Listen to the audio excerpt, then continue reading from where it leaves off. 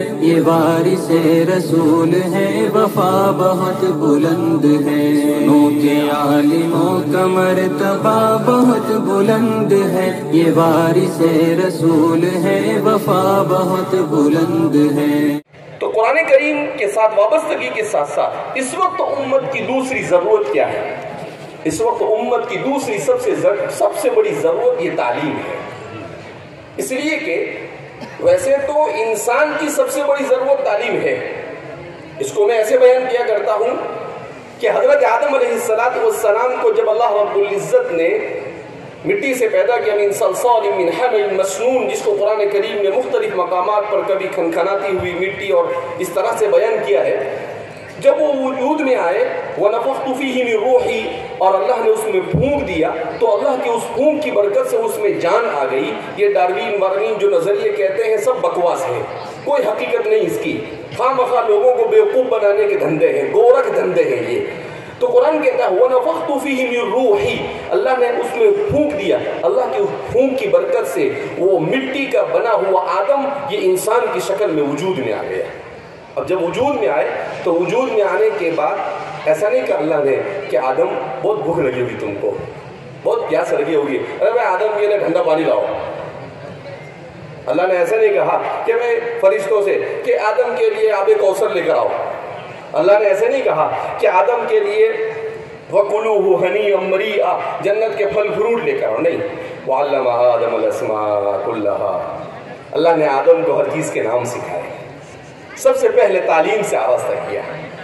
اللہ کو معلوم تھا کہ جس کی اہمیت کو لوگ کب سمجھیں گے، 15ویں صدی میں آ کر کہیں گے تعلیم بہت ضروری، تعلیم بہت ضروری۔ اللہ کہتے ہیں کہ ہم نے جب انسان کو پیدا کیا تبھی ہم نے کہہ دیا کہ تعلیم ہی انسان کی سب سے بڑی ضرورت ہے۔ وَعَلَّمَ آدَمَ الْأَسْمَاءَ كُلَّهَا ثُمَّ عَرَضَهُمْ عَلَى الْمَلَائِكَةِ، پھر ملائکہ کے سامنے پیش کیا اور ملائکہ سے پوچھا کہ بھئی یہ کیا ہے، یہ کیا ہے۔ اب وہ ملائکہ بیچارے کیا کہیں، ہمیں کچھ معلوم نہیں، اعلموا، ہمیں کیا معلوم، آپ ہی سب کچھ جانتے ہیں، ہم تو اتنا ہی جانتے ہیں جتنا آپ نے سکھایا۔ تو پھر اللہ نے آدم سے کہا کہ آدم یہ کیا ہے، یہ کیا ہے۔ آدم علیہ السلام نے فٹ فٹ بولنا شروع کر دیا، تو آدم علیہ السلام اس امتحان میں کامیاب ہو گئے۔ سب سے پہلا مدرسہ جنت میں، سب سے پہلے متعلم اور اسٹوڈنٹ اور طالب علم آدم علیہ السلام، اور سب سے پہلے معلم خود اللہ کی ذات ہے۔ اللہ کو علم سکھانے والا خود اللہ ہے، آدم انسان کو علم سکھانے والا خود اللہ ہے۔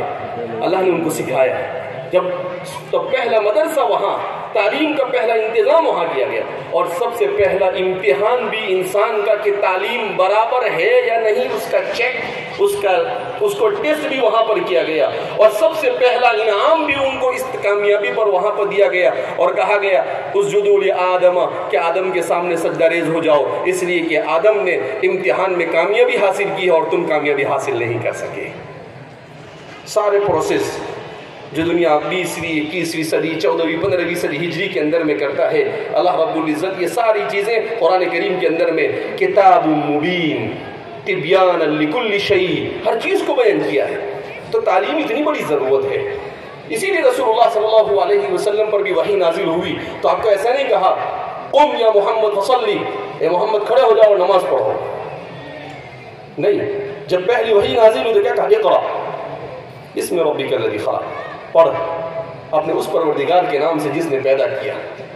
رسول اللہ صلی اللہ علیہ وسلم کو پہلی وحی اس انداز میں کیوں نازل ہوئی، پڑھنے کی اہمیت کو بیان کرنے کی۔ تو اقرأ، پڑھ، لیکن قربان جائیے اللہ کی ذات پر، کیسی عظیم ذات ہے۔ اللہ کو معلوم تھا کہ اس امت کا سب سے بڑا چیلنج یہ ہوگا کہ اس امت کے عقیدے کو، اس کی فکر کو بگاڑنے کے لیے الہاد اور بے دینی کو استعمال کیا جائے گا، اس لیے اللہ نے کہا اقرأ بسم ربک الذی خلق، پڑھ اس پروردگار کے نام سے جس نے تجھے پیدا کیا۔ کہا اگر تو پڑھے گا مگر اپنے خالق کے نام سے نہیں پڑھے گا تو یہ تیرا پڑھنا جہالت ہی ہے، اس کو پڑھنا نہیں کہا جائے گا۔ اس لیے ضرورت اس بات کی ہے کہ ہم تعلیم سے وابستہ ہوں، ہمیں اپنا تعلیمی نظام قائم کرنے کی ضرورت ہے۔ شیخ الاسلام فقیہ العصر حضرت مولانا تقی عثمانی صاحب وہ فرماتے ہیں کہ اس وقت علماء کی ذمہ داری ہے کہ وہ دینی ماحول میں عصری تعلیم کا انتظام کرے اگر اپنی نسلوں کے ایمان اور اسلام کو بچانا چاہتے ہیں۔ 3 سال پہلے آپ نے ایک اسکول کے پروگرام میں، ہیرا اسکول کے پروگرام کے اندر میں آپ نے بڑی تفصیل کے ساتھ گفتگو کی. آپ کی تقریر بھی نیٹ پر اویلیبل ہے، اور آپ کی اس کو لکھنے کی صورت میں بھی اسلام کے پورے تعلیمی نظام کو بڑی تفصیل کے ساتھ آپ نے بیان کیا ہے.